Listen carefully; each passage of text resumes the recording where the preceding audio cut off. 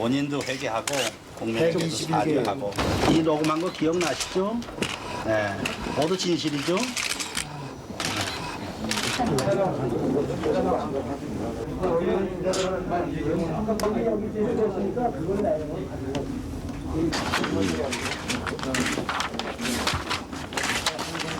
이거는 우리 역사적 의미를 인정하면서 국회에서 조사해야겠다.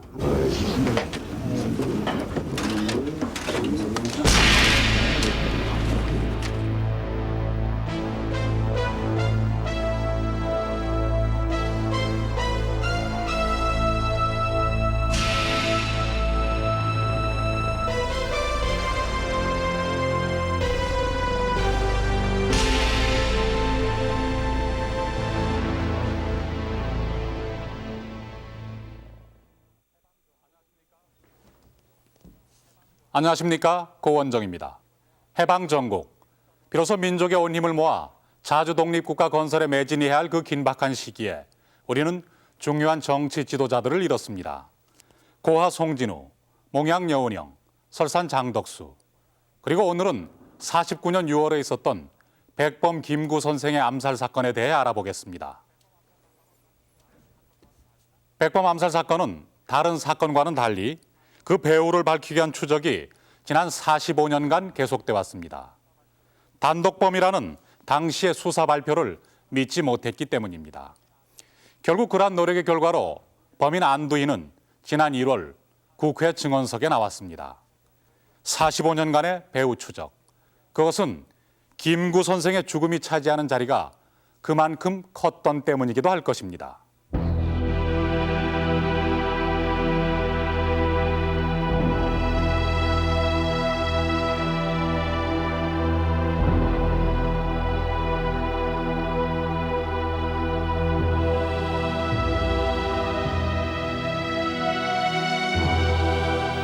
하늘도 울고 땅도 울고 이결의 이강산이 미친 듯 우는 소리를 이미어 듣습니까?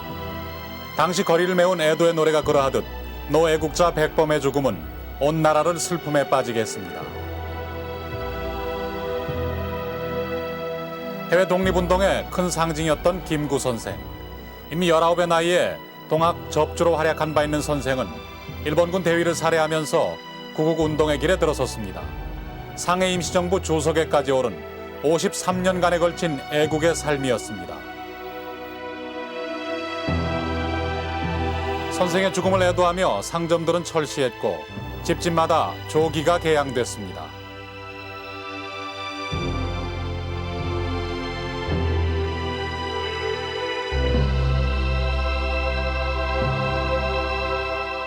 백범 암살에 대한 온 국민의 분노에도 불구하고 당시 군 당국의 수사 결과는 저격범 안두희의 주장을 중심으로 발표됐습니다. 한독당의 노선이 공산당과 일치하는 데 격분한 비밀당원 안두희의 우발적 단독 범행이었음을 강조하는 내용이었습니다.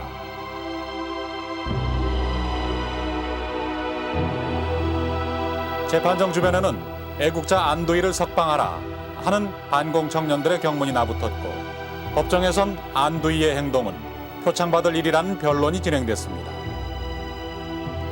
그런 가운데 안두희는 1년도 채 안 된 때에 석방되어 권력의 혜택으로 큰 부를 누리고 있었습니다.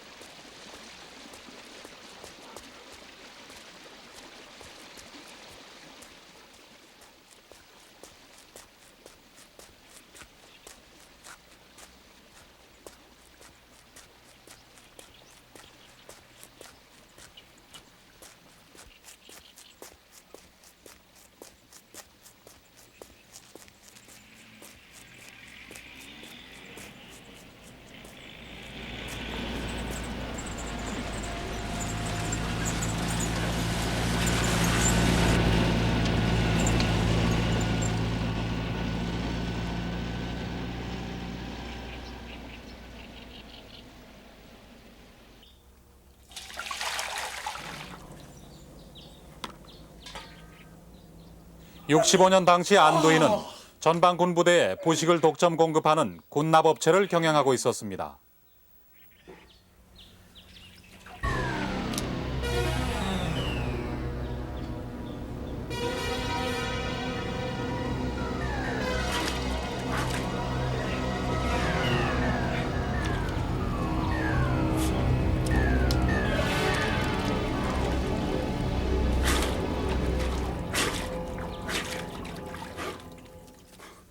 처단을 받지 않고 저렇게 호화를 누리는 것은 분명히 그 배후가 엄청난 배후가 있다는 것을 확신을 하고 저놈을 죽여서 민족 얘기를 살리고 백범 선생님에 대한 그 원한을 지가 갚고서 지가 죽을 각오를 하고서 참 유서까지 써놓고 안두희를 붙잡았던 겁니다.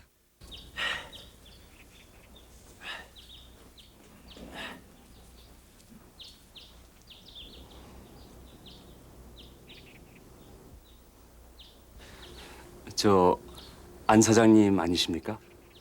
누구시죠? 아, 네. 부탁의 말씀이 있어서 왔습니다. 잠깐만 모시고 나가서 사정 말씀을 드렸으면 합니다만. 무슨 부탁이요?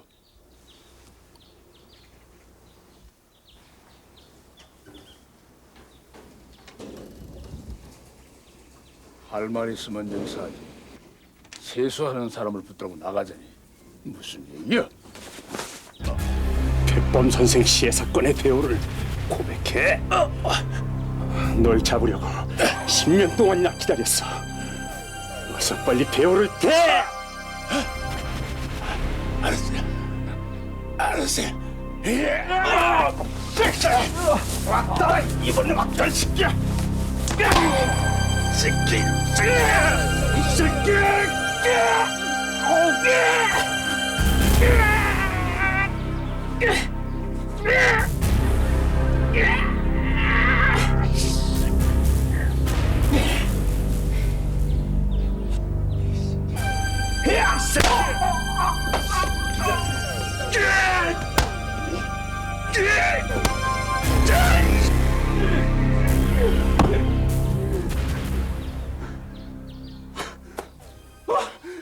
김구 선생 만세!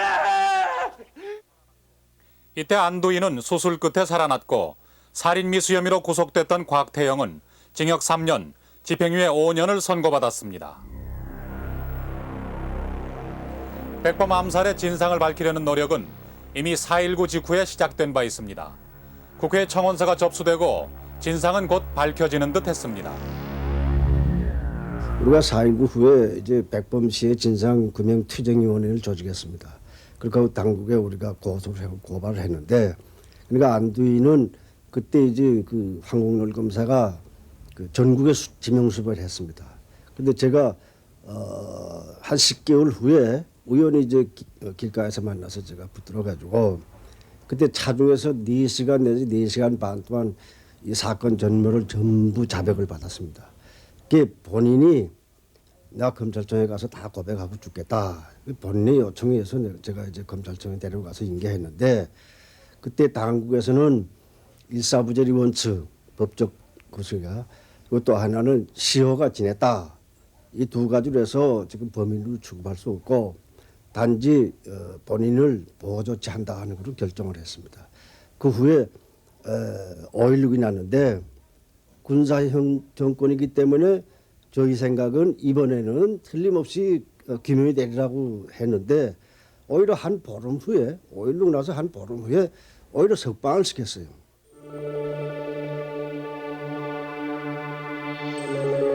더 이상의 법적인 처벌은 불가능한 상황에서도 배우를 밝히려는 노력은 그치지 않았습니다. 개인 차원의 진상규명 노력이 계속됐습니다. 암살범 안두희를 노상에서 몽둥이로 때려 상처를 입힌 것입니다. 권중희 씨, 그는 이 일로 징역 1년, 집행유예 2년의 형을 받기도 했습니다.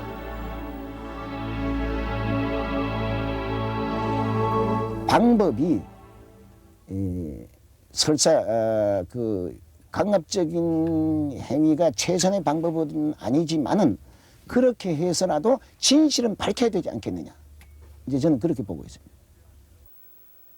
권중희 씨의 집요한 추적은 계속됐습니다. 92년엔 마침내 새벽에 안두희의 집에 들어가 안두희를 자루에 넣어 가평으로 납치하게 이릅니다. 이때 안두희는 자신이 미국의 첩보 활동에 협조하고 있었고 암살 전 이승만 대통령을 만났다고 증언했습니다. 청와 그 경무대, 그 당시 경무대하고의 그 관계를 얘기를 정리를 해줬어요. 지금 저희가 경무대가 한번 본 날인데 우리 그 신장은 그렇게 말 믿을 설레요. 그래서 신성우도 나도 오늘 차가지고 무슨 얘기 보고 가야 얘기인데 이거는 한 20년대 같이 갈까 이렇게 나와. 그래서 그러니까 그 말씀. 최병덕이가 경무대에 구경이나 가자. 그러니까 신성모는 옆에다 나도 오늘 뭐 가깝게 보고할 게 있으니까 나도 오늘 같이 갈까 하면서 이제 자연스럽게 같이 동행하게 됐다 이 말이지. 근데 그 경무대 얘기가 나오는 것도 대화를 오가면서 경무대 얘기가 자연히 나오게끔 어떻게 꾸몄던 것 같아. 그 두 분이서. 최병덕이하고 신성모하고 둘이서. 그래서 경무대 들어가서 김구 선생 암살 엿새 전, 그러니까 지난 49년 6월 20일 이승만 대통령을 만나 백범 암살에 대한 암시를 받았다. 안도희 씨는 오늘 기자회견에서 이렇게 밝혔습니다. 수고했네. 그러면서 하는 얘기가 우리 사람들 얘기를 잘 들으면 돼. 틀림없이 잘 돼. 그 우리 사람들 얘기 들으라는 얘기가 그 뭐라는 거지. 나도 센스 있는 놈인데. 그걸 모르겠어요.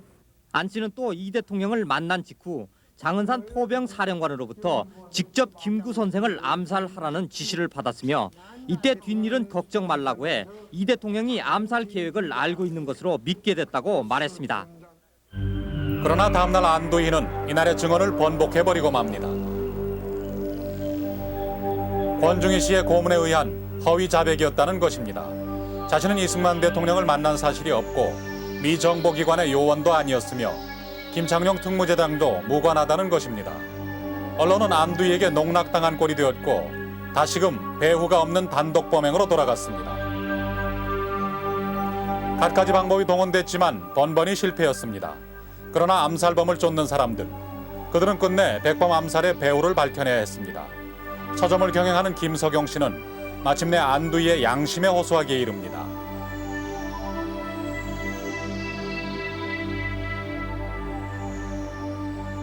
처음에는 많은 그 기관들을 접했으니까 강압에 의하거나 물리적 방법은 상당히 통하지 않고 단독이라고 주장을 했습니다만 근자에 와서 2, 3년 전부터는 책에 대한 관심을 많이 갖고 뭔가 그 자기가 작업을 하겠다 이런 얘기도 간혹 비치는 경향이 있어서 저는 그러면 좋다. 거기에 대한 관심을 같이 대화를 하면서 풀어나가고 녹음을 하기에 이르렀죠. 녹음기하고 테이프 100개입니다.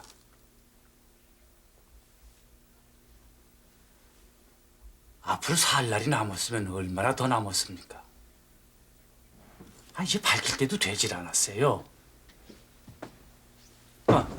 아주머니들 이쪽으로 앉으세요.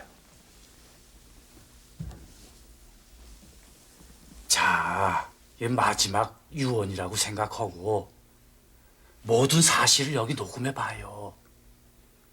그래서 우리 책으로 냅시다.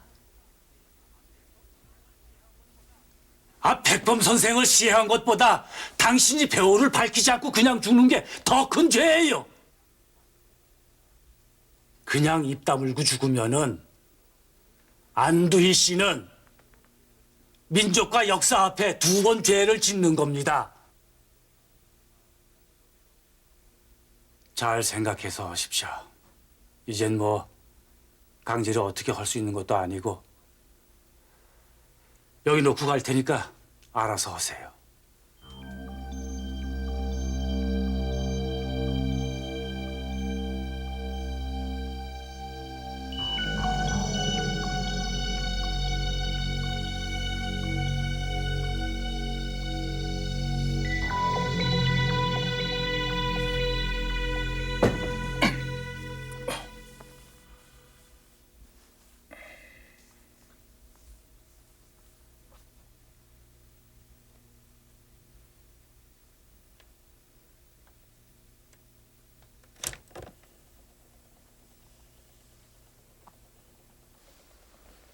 이제는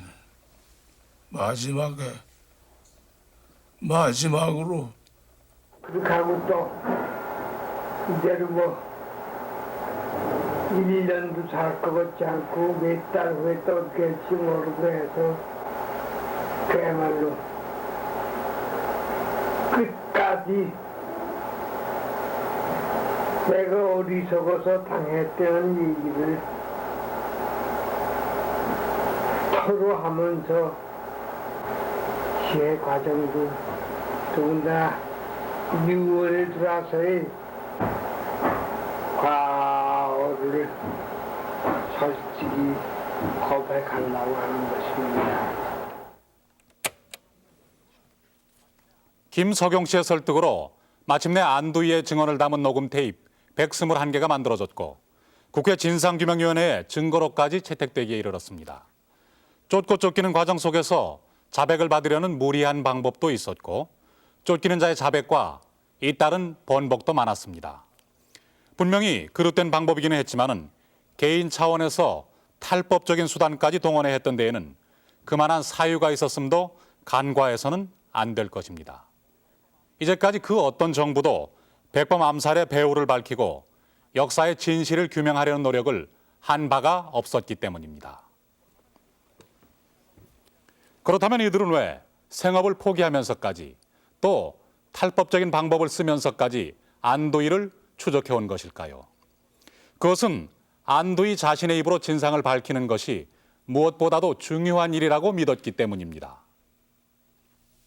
일요일 날은 경교장을 좀 드나들면서 김구 선생도 가까이 할 겸 그 사람들의 그 조직도 좀 파헤쳐 보라는 그런 그 밀명 아닌 밀명을 받고 나도 그저 마음으로 흐뭇했습니다. 몇 살인고? 네, 33입니다.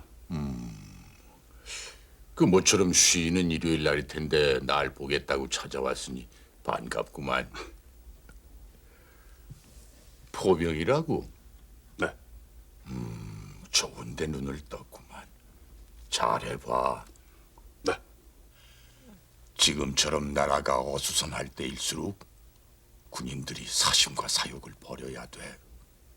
얼른 자위 능력을 키워서 명실상부한 독립을 이뤄내야지.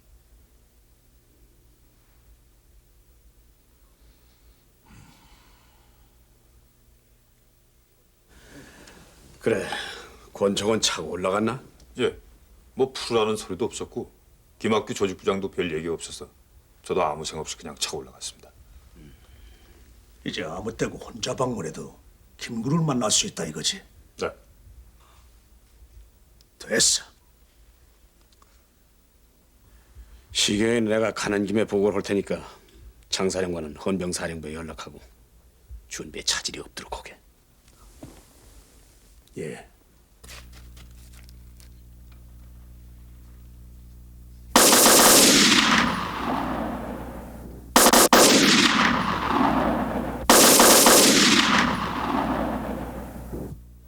백범 암살의 임무를 맡은 행동대원은 모두 10명, 서북청년단원들과 포병 소위 각각 5명으로 구성됐습니다.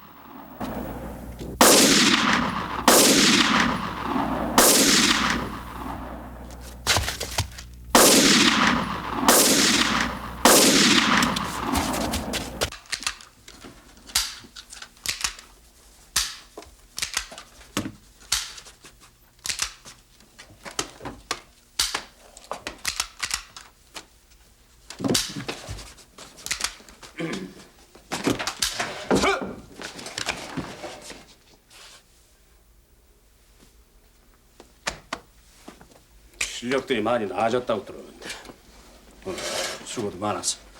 앉아.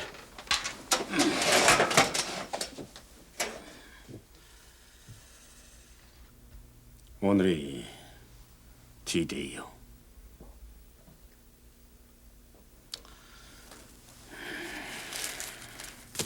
이건 거사자금이고 이건 야간 통행증이요. 오늘 밤 경교장을 습격해서 모조리 쓸어버리는 거예요. 두렵소? 아닙니다.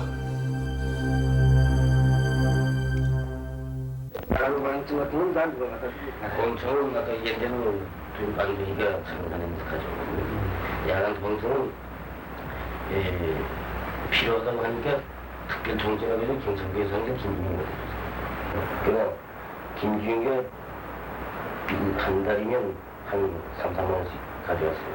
가져오면 그걸 아무 소리 다 내가 보대 써라. 이건데. 그러면 그때 3, 4만 원이 상당히 많은 겁니다. 김태선이 현에서 나온 돈은 물론 시경국이지만 그게 내국의 공작금일 겁니다. 이 모의 과정엔 군뿐만 아니라 경찰도 개입되었음을 폭로한 셈입니다. 김태선은 시경국장을 거쳐 서울시장, 내무부 장관을 지냅니다. 대한민국 정부를 정복하려는 김구는 우리 민족의 적입니다. 한독당과 김구는 이북 공산당과 노선이 같고 여러 경로로 그들과 내통하고 있습니다. 백범 소생을 제거해야만 이스만 박사의 정부가 굳건해집니다. 이때 장은사는 서울대병원에 입원해서 암살 계획을 짜고 작전을 지시합니다.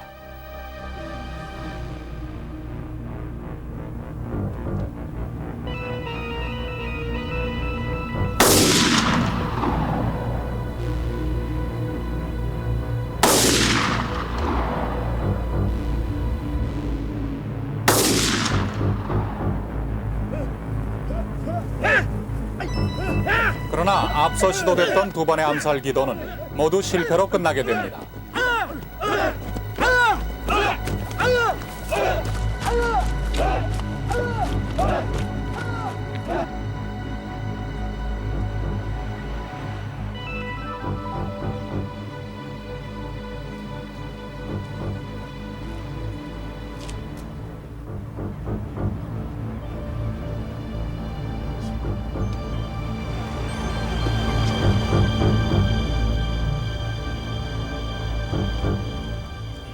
사건 전날 행동대원 중 한 명이 옛 스승에게 백범 선생의 위기를 귀띔합니다. 안녕하세요. 선생님. 어서 오게. 아직 저녁 전이지? 선생님, 큰일 났습니다. 백범 선생님이 암살할 거는 정보가 있습니다. 오늘까지 벌써 2번이나 시도했다가 실패를 했답니다. 아니 누가? 그 일당 중에서 오병순이가 몰래 빠져나와서 일러줬습니다. 오병순이가 가담을 했다고? 홍종란이도 끼었답니다. 내일은 무슨 수를 써서라도 아마 이를 저지르고 말 겁니다. 얼른 경교장에 알려야겠구만. 홍종란이가 동정을 살피기 위해 내일 오전 중으로 경제장에 나타날 거랍니다. 얼른 가서. 예. 내가 학교 와서 돌아와서 저녁을 먹으려고 하는데 김종진 서희라고 해서 김종진이라고 그것도 요새 내가 이불소 공작대로 대보같은 청년인데 찾아와서요. 와서 선생님 큰일 났습니다. 그래. 왜 그러냐 그랬더니 이제 오병순이가 찾아왔는데 백범 선생 살해하려고 저기 가려고 수원병정 고개까지 갔다 가서 실패더라고 돌아와서 지금 내일 홍종만이를 경고장에 보내서 공주의 원제 가는 거 알아보래 내일 간다고 했습니다. 그게 얘기를 해요.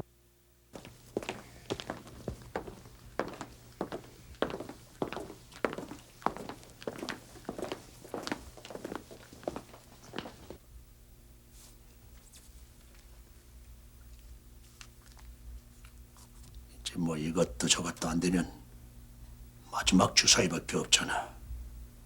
안소희가 내일 한번 해봐.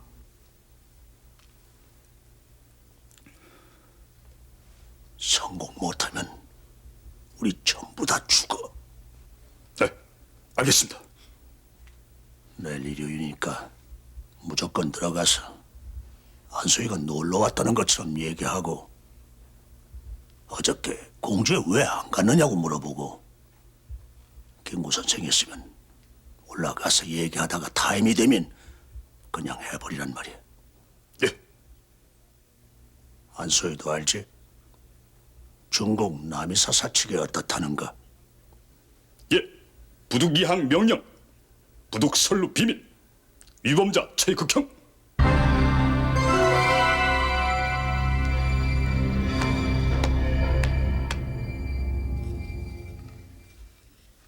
누가 날 내일 죽이러 온다고?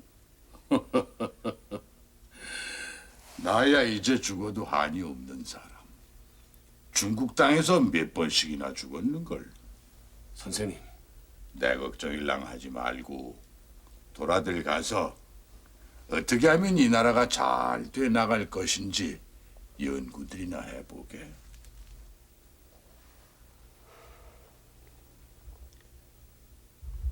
맨 아침에 안소희 잘 모시다 드리고 와. 예!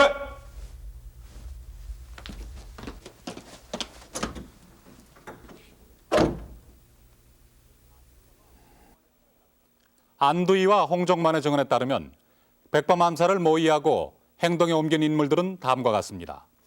행동대원들을 직접 지휘한 사람은 포병사령관 장은산, 그리고 시경국장 김태선은 행동대에게 자금을 제공했습니다. 또 주요 기관을 자유로이 드나들던 정치 브로커 김지웅은 암살 계획의 모든 진행을 맡았습니다. 그가 상부의 어느 선까지 연결되어 있는지는 알 수 없습니다. 그러나 실제 이 같은 배후 관계는 이미 지난 71년에 밝혀진 바 있습니다. 같은 행동대원이었던 홍종만의 양심선언에 의해서였습니다. 그때 안두희는 홍종만의 양심선언 내용을 부인했고 이번 증언으로 다시 시인한 셈입니다. 안두희는 자신의 말에 대한 신뢰감을 이렇게 스스로 떨어뜨려 왔습니다. 따라서 이번 그의 증언에 대해서도 무언가 더 숨기고 있다고 주장하는 이들도 있습니다. 이번 안두희 증언에 의의가 있다면 아직은 그 증언을 번복하지 않았다는 점, 그리고 백범 암살은 단독 범행이 아니라 계획적이고 조직적으로 이루어졌다는 사실입니다. 그렇다면 그들은 왜 이렇듯 조직적으로 백범을 암살하려고 했던 것일까요? 그것을 알기 위해서는 환국 후 백범이 걸어온 길을 살펴볼 필요가 있을 것입니다. 45년 11월 23일, 백범은 정부로 행세해서는 안 된다는 미군정의 조건을 수락하고 개인 자격으로 조국에 돌아왔습니다. 그러나 백범은 곧바로 임시정부가 돌아왔다고 선언하고 이어서 격렬한 반탁운동을 전개합니다. 더욱이 같은 해 12월 30일에는 미 군정청의 한국인 직원들에게 파업령을 내려서 미 군정청은 이를 자신들의 권한을 접수하려는 쿠데타로 간주하게 됩니다. 미 군정청의 입장에서 볼 때 백범은 처음부터 다루기 힘든 완고한 인물이었던 것입니다. The provisional government is trying to abolish military rule and take over power. Chief Joe, did you hear of it? Mr. Kim Koo immediately stopped the argument of the provisional government. 뭐라고? I'm ordering you as the United States commander of the Korea Occupation Forces. You should abandon all demands of the provisional government, including the abolition of military rule and objection to trusteeship. 즉각 철회하라고? 못하겠다면? I'll resort to law if you insist on those demands. 법으로 조처를 하겠다. That's right. 그렇다고? 네 이놈! 내 놈이 뭐길래 나한테 이래라 저래라 하는 게냐? 이런 거얀 놈 봤나? 선생님, 진정하십시오. 유석도 정신 똑바로 차려. 이 땅이 네 땅인가?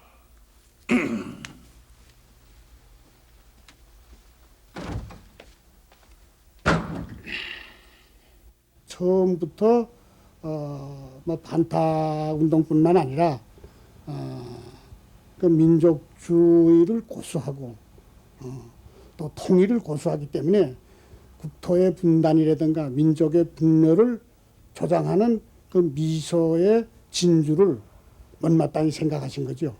또 그걸 알기 때문에 역시 미소 외세는 민족주의의 본산인 임시정부를 그렇게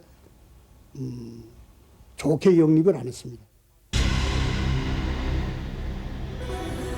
전국적인 반탁운동으로 미국과의 관계가 불편해지고 있던 때 백범은 임정을 중심으로 비상국민회의를 소집합니다.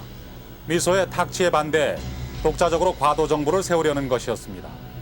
이러한 비상국민회의가 결성되기 2주일 전엔 민족 반역자만을 제외하고 좌우익을 총망라한 비상정치회의가 태동되어 있었습니다.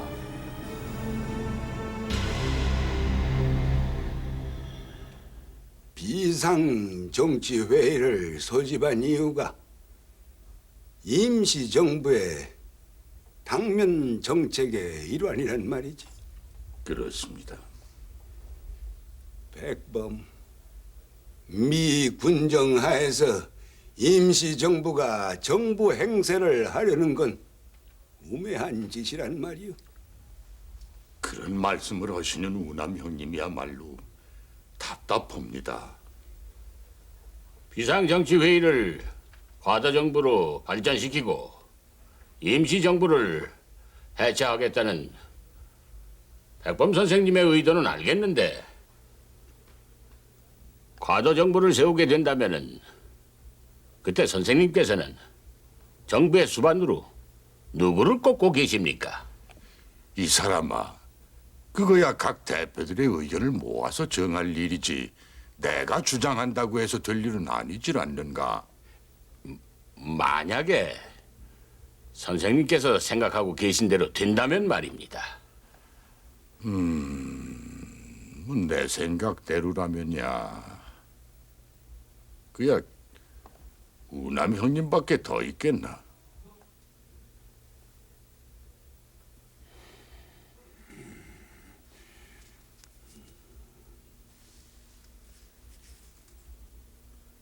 아니, 이 공산당하고 같이 하겠다는 말입니까?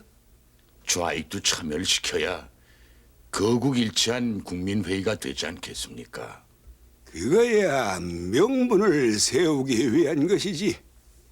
막상 저들이 들어오겠다고 해서 받아들여 놓으면은 회의가 제대로 돼갈성 싶습니까?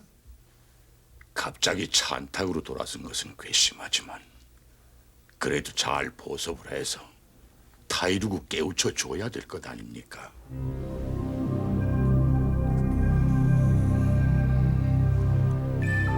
여러 가지 의견 차이에도 불구하고 백범은 이승만과 우호적인 관계를 유지하고 있었습니다. 민주의원, 민족통일총본부 등에 같이 참여하면서 47년 말까지 그 관계가 유지됩니다. 지방에 가면 이제 설문을 해세우고 이제 임시정부 환영, 김구 선생 환영을 하면서 그때 이제 국부 김구두석 만세라고 이렇게 붙이고 또 구호를 외치고 그랬습니다. 그때마다 그 백범 선생께서는 그 강연을 할 때마다 제일 먼저 그런 얘기를 했습니다. 한 나라에는 국부가 하나이지 국부가 둘이 아니다.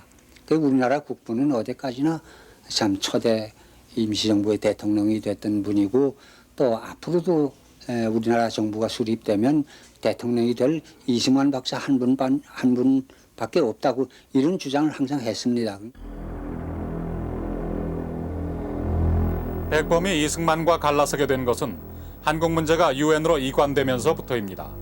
내한한 유엔 한국임시위원단은 남한만의 단독 정부 수립을 결정해 놓고 있었습니다. 미소공의 결렬로 남북한 하나의 정부 수립이 불가피하다고 판단한 때문입니다. 이승만의 생각 역시 그러했습니다. 단정이라도 서지 않으면 남한은 완전히 적화될 것이라는 우려 때문이었습니다. 그러나 백범의 뜻은 달랐습니다. 단정 수립은 미소 양국이 임의로 갈라놓은 38선을 합법화시키는 것이며 결국에는 민족을 분열시켜 동족 상잔의 비극을 몰고 오리라 봤습니다. 38선을 베고 쓰러질지언정 단정 수립을 용인할 수는 없다는 것이었습니다.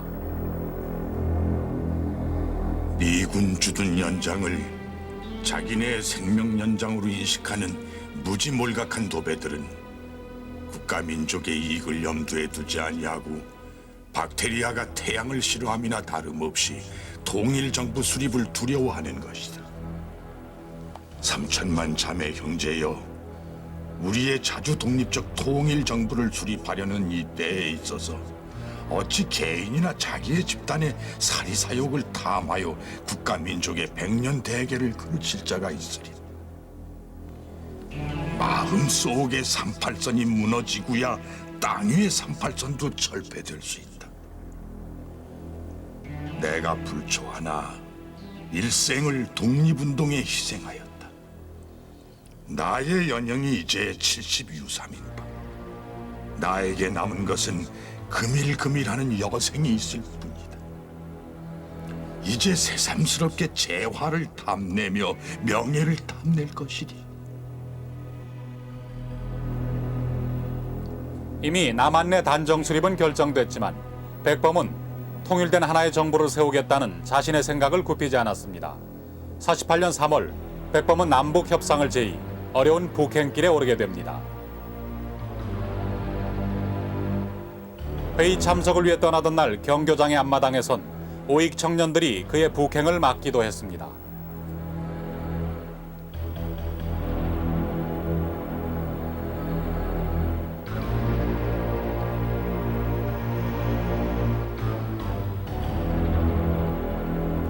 남북 협상에 임하는 백범의 생각은 이념의 차이를 넘어서 민족 분단을 막아보자는 데 있었습니다. 그에게 있어 단정 수립은 한반도의 분단의 다름 아니었고, 따라서 남북 협상은 정치 협상이기 이전에 통일 운동을 의미하는 일이었습니다.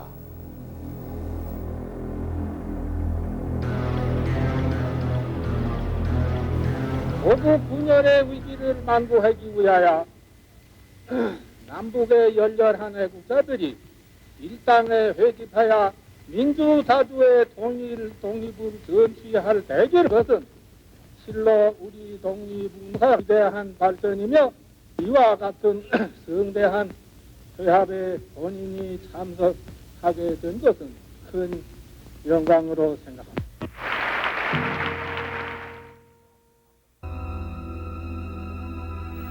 백범을 포함 남북 지도자 4사람의 협의를 거쳐 15인 대표자 성명을 발표했습니다. 왜군 철수 후에 남북한 하나의 임시정부를 세우고 다시 총선거를 실시하자는 내용이었습니다. 이후 남북한의 2개의 정부가 세워짐으로써 결국 백범이 기대했던 협상의 결과는 이루어지지 못했습니다. 그러나 이는 이후 백범의 정치 행보에 중요한 분기점이 됩니다. 남북협상에 대표로 갔다 온 사람, 또 수행하러 갔다 온 사람은 재산을 박탈하고 고문하고 우리를 미행하고, 또 학교 교수는 거기서 추방을 당하고, 그러니까 이게 대리케이트한 문제가 아닙니까?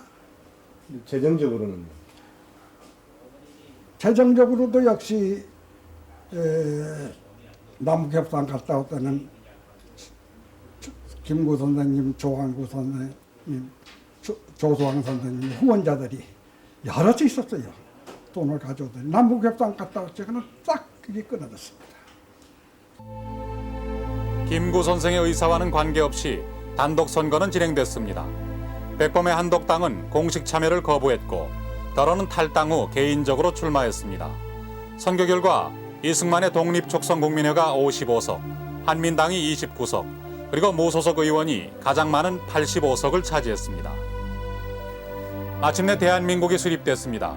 이승만은 이제 초대 대통령으로, 백범은 정치 일선에서 물러난 재야 정치 지도자로 서로 다른 길을 걷기 시작합니다.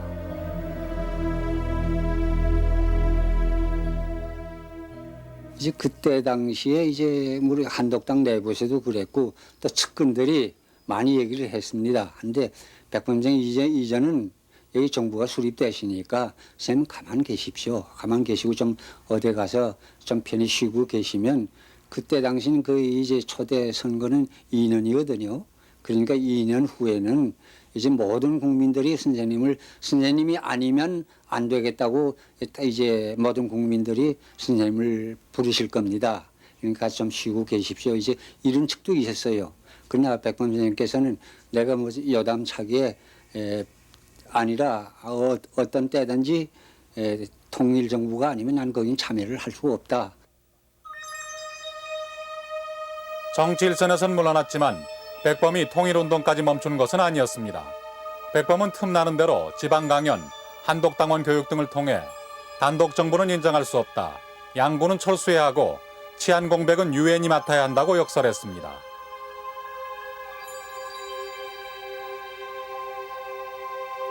미군 철수는 백범만 주장한 것은 아니었습니다.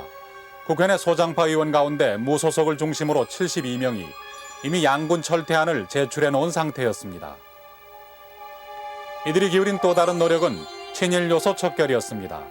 친일파 처벌을 위한 반민특위 활동이 이들을 중심으로 이루어졌습니다. 전부가 다 그저 이구동성으로 얘기하고 찬성했던 것입니다. 그래서 이것이 반민특위까지 조직하게끔 그렇게 문안이 나간 거죠. 주로 그 중심이 됐던 분들은 어떤 분들? 중심이 됐다는 것보다도 그저 열들이 있은 사람들이 막 김상돈 의원을 중심으로 그저 한독당 계열들 이네들이 중심이 돼가지고 반민특위의 활동은 활발히 진행됐습니다. 전국에서 7,000명의 친일파 명단이 작성됐고 자체 특경대를 조직, 모두 682명이 검거됐습니다. 이는 김구 선생의 임시정부, 한독당의 강령과도 부합되는 일이었습니다. 친일파들의 저항 또한 필사적이었습니다. 특히 미군정에 의해 이미 기득권층에 속해버린 친일파 인사들은 조직력과 자금력을 충분히 확보하고 있었습니다.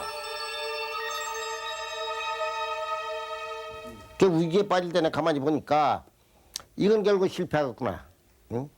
근데 이승만 대통령이 그렇게 일본을 반대하고 그랬지만은 자기도 이 정권 유지하기 위해서는 말이야. 예? 국내에 와보니까 외톨이란 말이야. 국내는 국대 8회따로 다 저기 하고 말이야. 임정판, 임정판 따로 한독당에서 하고 그러니까 자기 하니까 친일파고 악수해야겠다. 이제 이런 그 모먼트, 그런 그 계기가 있을 때에 친일파들이 작용을 했거든. 그러니까 이거 지금 대통령께서 이걸 한다면 공산주의 사회됩니다. 어? 그러니까 우리 같이 협정을 합시다. 그래서 전향반이 이제 거기 약해졌어요. 이승만 대통령이. 활동을 개시한 지 6개월이 채 못 되어 반민특위는 실제적으로 해산되고 맙니다.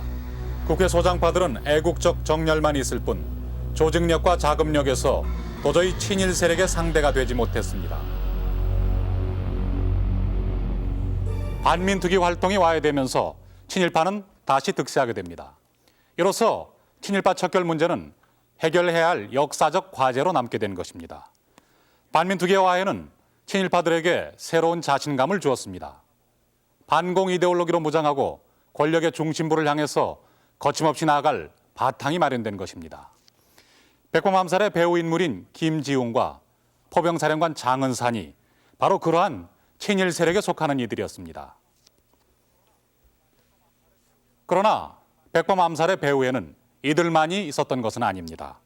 그 조직적 암살 전모를 알기 위해서는 앞서 보신 모의 과정뿐만이 아니라 이후 전개되는 다각적인 정황을 살펴볼 필요가 있습니다. 6월 26일 오전 10시 안도인은 마침내 장은산의 집차에 올라 경교장으로 향합니다.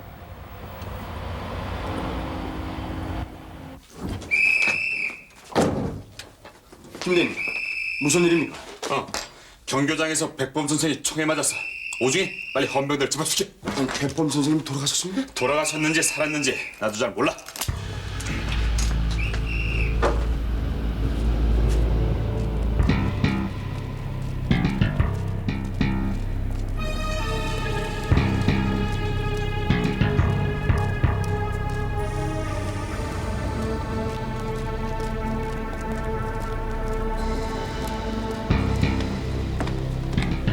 오셨습니까? 홍종만이 분명히 안 왔지? 네.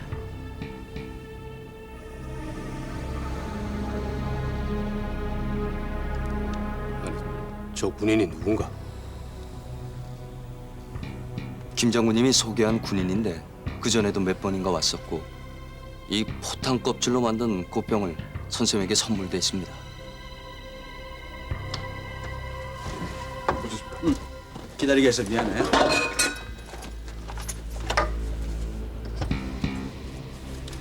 가시죠. 예. 저 군인 이름이 뭔가 가서 알아보게. 알겠습니다.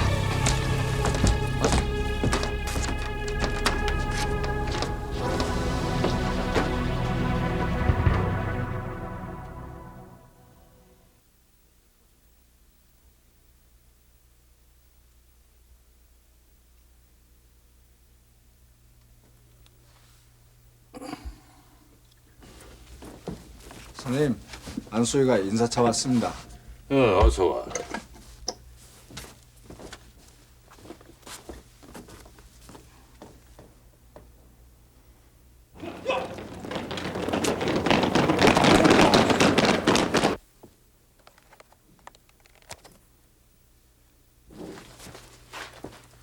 백범 선생님, 앞으로 이 안소희가 선생님을 영영 뵙지 못할 것 같습니다. 아니 왜? 어디 외국에라도 나가나? 북개군이 서부전선으로 침투해 왔는데 오늘 저녁 국사봉 전투에 차출 명령을 받아 전투에 나가게 됐습니다. 에휴, 요즘 들어 그놈들이 왜 자주 넘어와서 찝적대는지. 정말 형제들끼리 피를 볼 셈인가? 제가 먹물 갈아드릴까요? 아니야, 갈아놓은 먹물 많아. 근데 뭘 이렇게 많이 쓰셨습니까?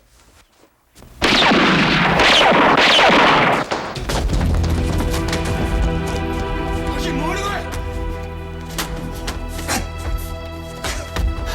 사장은 내가 죽였어. 뭐야? 선생이야 이 새끼야! 내지마! 이 사람 군인이야. 니들이 뭔데 때려 이 새끼들아! 들어가!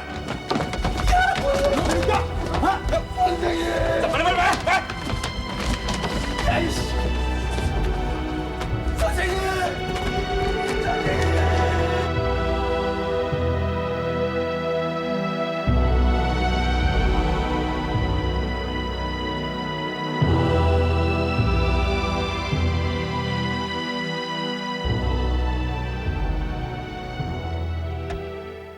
할 일을 했을 뿐입니다. 근데 헌병사령부로 연행돼 갔다는데 걱정입니다.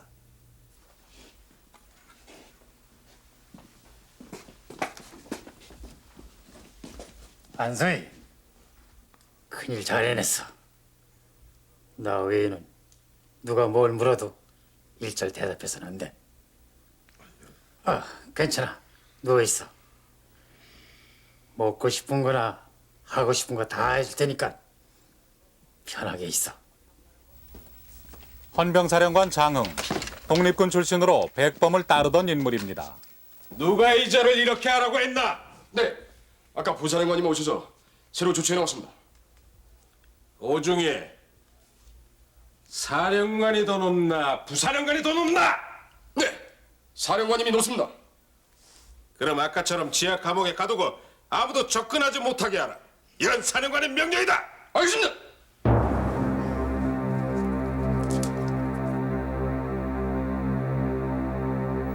다음날 장흥은 전방사단으로 전출됩니다. 신성모 국방장관에 의해서였습니다. 부사령관이던 전봉덕이 사령관으로 승진했습니다. 그는 일본 경찰 출신이었습니다.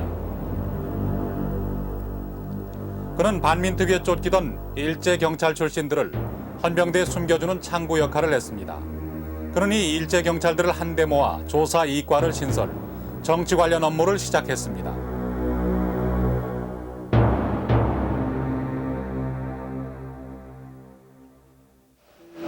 정치정보 활동과 동시에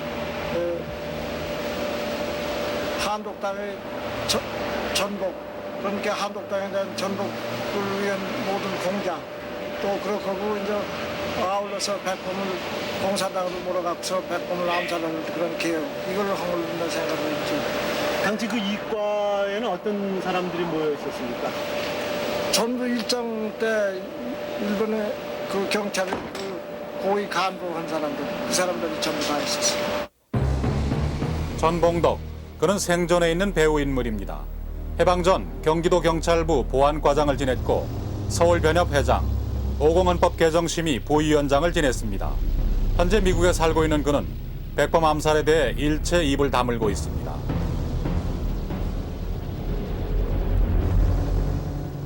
만주군 출신의 장은산, 사건 직후 미국에 국비 유학을 다녀와서 대령까지 진급했지만 배우 관계 누설로 의문의 죽음을 당했습니다.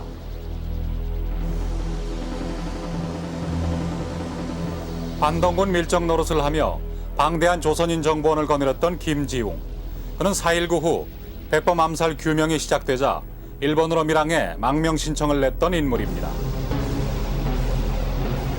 이유는 자신이 백범 암살의 총지휘자였으므로 신변의 위협을 받고 있다는 것이었습니다. 그의 망명 신청은 받아들여지지 않았습니다. 일본 국회 외무위에서 오히려 그의 추방을 요구했습니다. 일본 국회에서는 안 되겠다. 양국이 국교 정상화를 하는 이상에 말이죠. 민족의 적을 갖다가 우리가 옹호를 하고 정치망명 허가한다는 건 도저히 이론이 맞지 않는다. 이걸 쫓자고 결의까지 했습니다. 그런데 우리 본국에서는 반응이 없었다는 말씀입니다. 88년 사망 뒤에야 김지웅은 고국에 돌아왔습니다. 묘비명예조차 김지웅이라는 본명을 숨기고 가명을 사용했습니다. 암살범 안두희, 군사재판에서 무기형을 선고받았던 그는 그해 가을 15년으로 감형됐고 6.25가 나자 잔형이 면소되었습니다. 백범 암살 당시 포병 소위였던 안두희는 그 2달 뒤 대위로 퇴역했습니다. 49년 3월 소위 임관, 49년 6월 백범 시해 당시 역시 소위였으나 2달 뒤 8월에 대위로 진급됐습니다. 옥중에서의 2계급 특진이었습니다. 그러나 그는 6.25로 군에 복귀해 51년 소령에까지 올랐고 이후 예편에 군납업체 사장이 됩니다. 이러한 특혜는 어디서 주어진 것일까요? 안두희에 대한 심의가 정결단 단계에 왔을 때 최병덕 총참모장이 나를 불렀습니다. 갔더니 이 최병덕 씨 말씀이 얼마를 구형하겠느냐 이러기에 당연히 이건 총살을 해야 됩니다. 총살감이 없다. 총살 구형을 해야 됩니다. 그랬더니 10년만 구형하라고 그렇게 하대요. 그래서 그냥 다시 나왔어요. 나중에 얼마 며칠 있다가 또 불러갔습니다. 불러가서 또 물었습니다. 얼마 구형을 하냐. 그래서 당연히 총살 구형을 해야 됩니다. 그랬더니 안 되겠다. 10년 구형을 해라. 암살범 안두희에게 불과 10년 구형을 강요했던 최병덕 육군참모총장. 그는 일본 육사 출신이었습니다.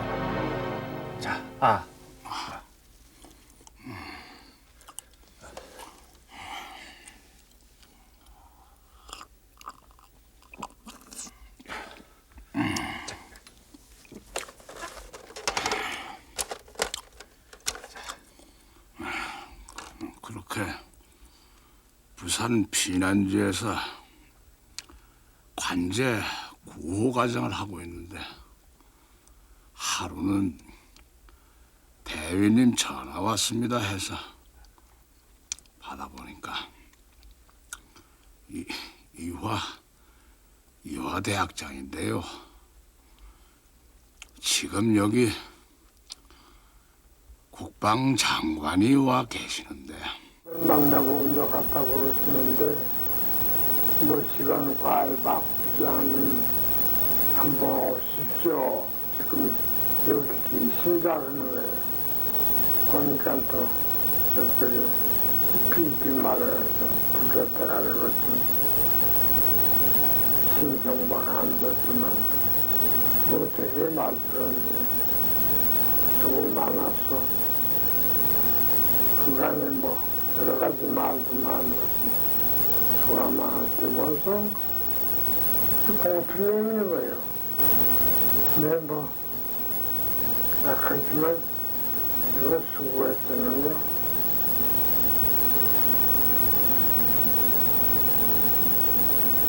수고하기도 하고 그죠? 영천하 쓰시오.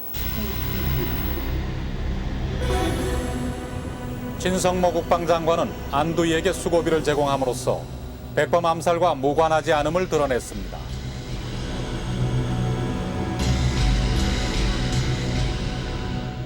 현재까지 알려진 백범 암살의 배후 세력은 이렇게 정리해 볼 수 있겠습니다.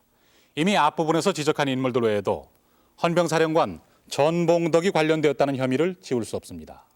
그리고 장은산의 공식적인 명령 개통상에는 최병덕 육군참모총장과 신성모 국방장관이 자리 잡고 있었습니다. 이들의 사후 행동으로 보아서 깊이 관련되어 있으리라는 심증은 크지만 확인할 길은 없습니다. 그러나 이들은 이번 안두희의 증언과 당시의 정황을 통해 겉으로 드러난 인물들일 뿐입니다. 어쩌면 이 전체가 실제로는 진상의 한 부분에 불과할지도 모릅니다. 증언한 안두희 역시 행동대원의 한 사람에 불과하기 때문입니다. 백범 암살이 안두희에 의한 단독 범행이었다는 것이 이제까지 법이 내린 결론이었다면 이를 공식적으로 뒤집은 이번 안두희의 증언은 이제까지 법적인 결론은 잘못이라는 선언이 됩니다. 이것은 이 사건을 재조사해야 할 충분한 이유가 될 것입니다. 그리고 그 진실을 밝히는 1차적 임무가 이제 국회에 맡겨져 있습니다. 이번 국회에서조차 그 진상이 철저하게 조사되지 않는다면 이번 안두희의 국회 증인 출석은 그야말로 안두희와 그가 증언에서 밝힌 배후 세력들에게 면죄부를 주는 격이 되고 말 것입니다. 어둠의 역사는 반드시 밝혀지고야만 한다는 역사의 교훈이 이번 국회 조사를 통해서 반드시 증명되리라 믿으면서 해방전국, 정치 암살의 희생자들 4편의 시리즈를 모두 마치겠습니다.